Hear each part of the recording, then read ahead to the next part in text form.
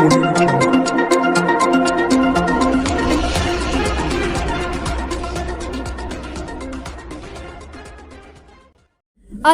के पूर्व मेयर और भाजपा नेता जितेंद्र तिवारी ने कहा कि मतदान के दिन जिस तरह से राज्य चुनाव आयोग, पुलिस और टीएमसी ने देश के संविधान से उल्टा चलते हुए काम किया, उसके खिलाफ आज भाजपा की तरफ से उल्टा चलकर इसका विरोध किया गया। पत्रकारों से बातचीत करते हुए उन्होंने कहा कि भाजपा की तरफ से जिला शासक को ज्ञापन सौंपा गया है कि मतदान वाले दिन जिस तरह से रैगिंग हुई है, विरोधी दल के प्रत्याशियों के सर फोड़े गए हैं, बूथ लूटे गए हैं, इन सब की जानकारी जिला शासक को दी गई। इसके साथ ही उन्होंने कहा कि बहुत जल्द भाजपा की तरफ से एक डॉक्यूमेंट्री जारी की जाएगी जिसमें चुनाव वाले दिन और उससे पहले भी किस तरह से बाहरी तत्व आए, उनको पुलिस द्वारा रोका नहीं गया, इन सब के फुटेज रहेंगे। उन्होंने बताया कि प्रदेश नेतृत्व से बातचीत कर वे अदालत में जा सकते हैं। जितेंद्र तिवारी ने कहा कि भाजपा की तरफ से आसनसोल में फिर से चुनाव की मांग की गई है। वहीं टीएमसी नेताओं द्वारा कल घाघरबुड़ी मंदिर में पूजा करने पर जितेंद्र तिवारी ने कहा कि जो पाप टीएमसी नेताओं ने मतदान वाले दिन किए हैं, मां भी उसके लिए टीएमसी नेताओं को माफ नहीं करेंगी और मां उनको आसनसोल की जनता से माफी मांगने को कहेंगी। हालांकि टीएमसी नेता और एडीडीए चेयरमैन तापस बनर्जी ने चुनाव को स्वाभाविक रूप से शांतिपूर्ण करार दिया।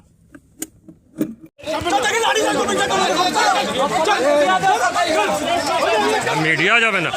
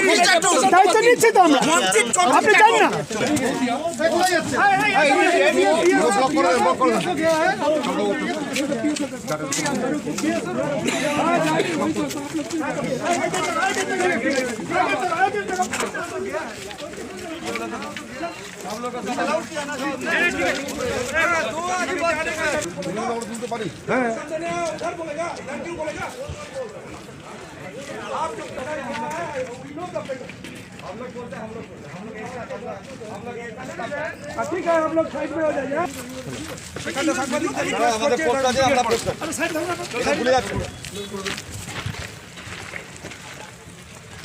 কালকে আবার ডিউটি হবে, আপনিও সেই ডিউটি করবেন, সিকিউরিটি।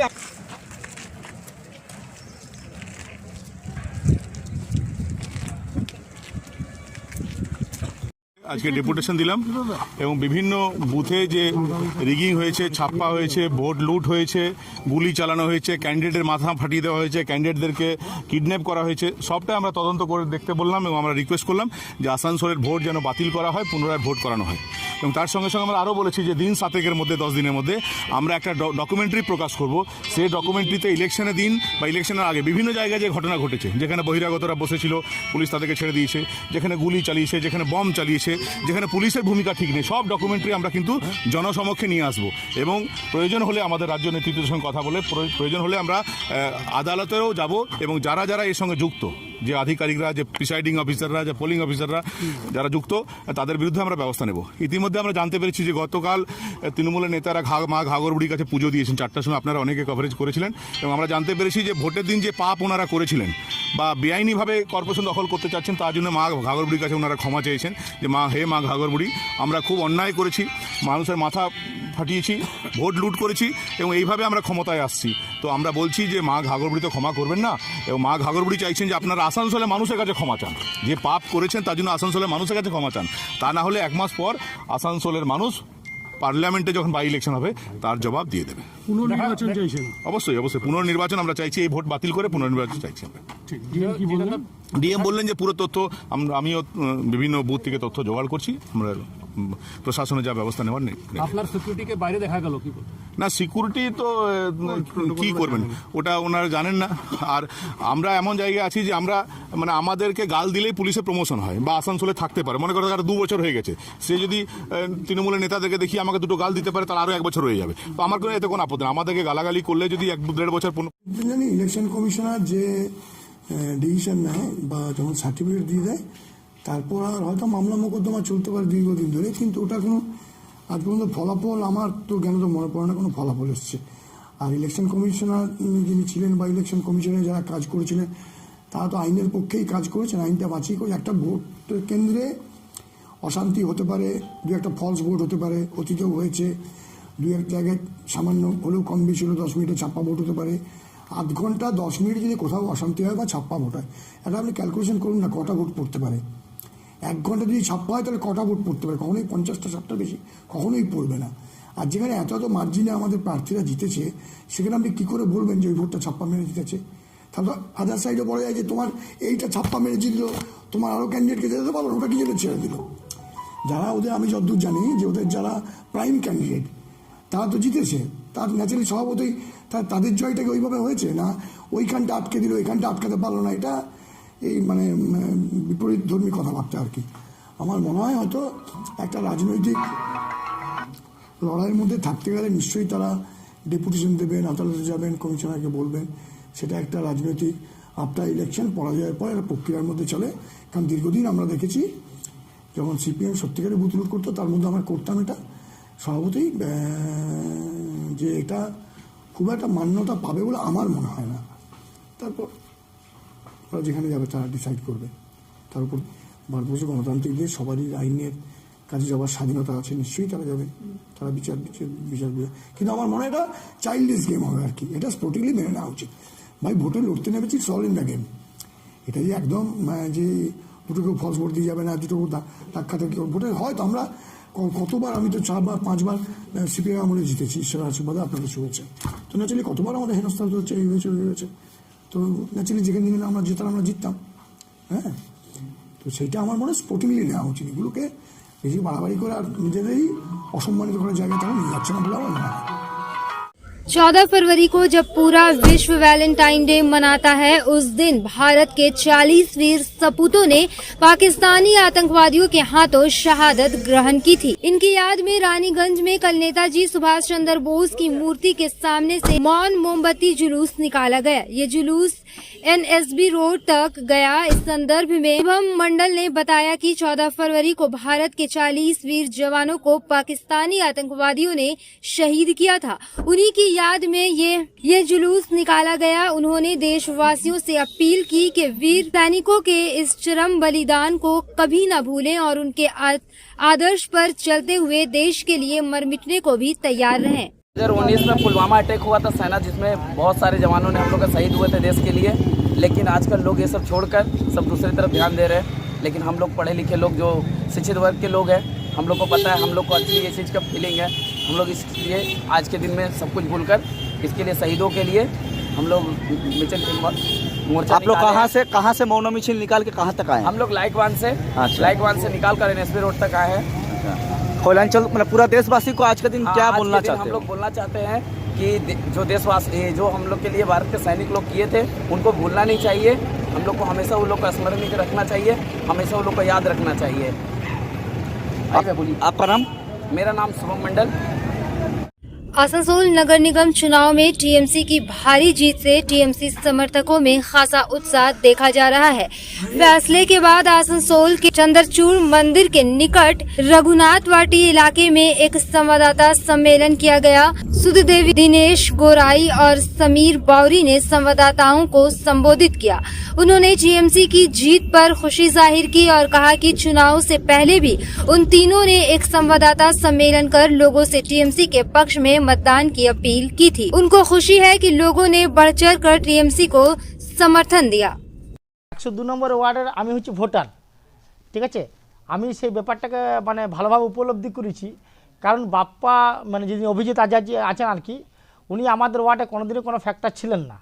ওই ওয়ার্ডে বিগত দিনে যিনি কাউন্সিলর ছিলেন বা উজ্জ্বলবাবু নেতৃত্বে প্রচণ্ড কাজ হয়েছে। ওই রাধানগর সোদপুর যে ওয়ার্ডটা রয়েছে 102 নম্বর ওয়ার্ডটাতে, সেই কারণে বাপ্পা জিতাটা ওখানে কখনোই সম্ভব ছিল না, সেটা আমরা প্রথম থেকেই জানতাম, আমি সেটা অনেক আগে বলেও ছিলাম। তাই বাপ্পা জিতাটা বা হারাটার জন্য আমাদের কাছে তেমন কোনো ব্যাপার না, ওখানে তৃণমূল কংগ্রেস জয়যুক্ত হবেন সেটা আমাদের কাছে প্রথম থেকে আশাবাদী আমরা ছিলাম। হ্যাঁ, ওনার যে ওয়াইফ যেটা জিতেছেন যেটা এখন আমাদের কাছে যেটা খবর আসছে যে ওখানে একজন মানে ক্যান্ডিডেট দাঁড়িয়েছিলেন, উনি যেহেতু মাইনরিটি সেলের ভোটটা ম্যাক্সিমাম কেটে দেওয়াতে, এখন তো মাইনরিটি সেলের ভোটটা তো ম্যাক্সিমাম তৃণমূলের দিকে যাচ্ছে, যেহেতু মাইনরিটি সেলের জন্য প্রচণ্ড কাজও করেছেন এই সরকার, কিন্তু ওখানে কোনো একজন ক্যান্ডিডেট দাঁড়িয়ে পড়ে সেখানে হয়তো যেটা খবর আসছে আমাদের কাছে 1000-এর মধ্যে বা 1200-এর মধ্যে 1000 উনি ভোট কেটে দেওয়াতে হয়তো সেখানে ওই মানে মিসেস আচার্য উনি সেখান থেকে হয়তো পরাজিত হয়েছেন। এটাই আমাদের কাছে এখন রিপোর্ট আছে আর কি, বাকিটা পর্যালোচনার মধ্যে আমরা জানা যাবে। आकर 15 फरवरी आसनसोल नगर निगम चुनाव छिटपुट हिंसाओं को छोड़कर शांतिपूर्ण संपन्न हुआ। चुनाव के दौरान नगर निगम के 67 नंबर वार्ड से तृणमूल कांग्रेस से उम्मीदवार अशोक पासवान ने जीत हासिल कर अपना परचम लहराया। जीत के बाद 67 नंबर वार्ड के इलाके वासियों ने रंग गुलाल लगाकर पूरे गाजे बाजे के साथ अशोक पासवान का स्वागत किया। इस दौरान उन्होंने कहा कि मेरी जीत पर पूरे वार्ड के लोगों का सहयोग है। मेरा लक्ष्य वार्ड में विकास करना है ताकि फिर चुनाव में लोग मुझे ही अपना नेता चुने। इस अवसर पर कादिर शेख, अंकुश मंडल, शेरू खान, कार्तिक दास, राजेश पासवान के अलावा पार्टी के समर्थकों सहित महिला पुरुष मौजूद थे। आप वार्ड नंबर 66 से जीत हासिल की है, आप अपने लोगों को, अपने वार्ड के लोगों को क्या संदेश देना चाहते हैं? मेरे वार्ड के लोगों को मैं बहुत बहुत धन्यवाद देना चाहता हूँ। आज जो आशीर्वाद दिए हैं मेरे वार्ड से, सारा जनता के लिए मैं बहुत आभारी हूँ। दादा, सबसे पहला विकास का लेके मुद्दा में आप कौन सा पाड़ा में करेंगे? आपका वार्ड बहुत बड़ा है। देखिए, ऐसे विकास के लिए बोला जाए तो हमारा 2019 से रुका हुआ है, जो अर्जेंट है उसी को देख के डिसाइड करेंगे और करेंगे। दादा, आप जहाँ पर रहते हैं दामागुड़िया में, वोट स्टार्ट से पहले वहाँ पर कुछ मुद्दा का लेके लोग वोट का बहिष्कार किए थे, लेकिन वहाँ पर से आपको बहुत अच्छा वोट मिला है। अब वहाँ के जो लोगों का कहना है कि सड़क काफ़ी बद स्तर से है, तो वहाँ के लिए सबसे पहले क्या करना चाहते हैं आप? देखिए, सबसे खुशी की बात है काउंसलर बने और बीसीसी अपना रोड काम चालू कर दिया है। मुझको लगता है 7-6 महीने में वो रोड कंप्लीट कर देंगे। बाकी बात, अगर हम लोग का रामनगर से दामागुड़िया जो रास्ता है सेल का, अगर वो बीसीसीएल और सेल करेंगे तो ठीक है, नहीं तो नो ऑब्जेक्शन लेके हम लोग उसका कारपोरेशन तरफ से कार्यक्रम चालू करेंगे। दादा, आप आगे पार्टी को 5 साल किस तरह अपने कार्यकर्ता लोग को लेकर साथ में चलना चाहते हैं? आज जो भी मेरे सीनियर हैं, जूनियर हैं, इनका मदद रहा मेरे साथ, और आने वाला दिन हम कभी ऐसा नहीं करेंगे या ऐसा कोई काम नहीं करेंगे कि किसान को दुख पहुंचे। दादा, देखा जा रहा है कि अगला ही महीना लोकसभा इलेक्शन है, क्या लगता है यहाँ से टीएमसी कैंडिडेट हमेशा उल्टी विधानसभा से हटती है? 100% आने वाला जनता उसी को दिखाएंगे। आज जो जीत है ये जनता का जीत है, और आने वाला जो चुनाव वो जनता दिखाएंगे और अच्छा होगा।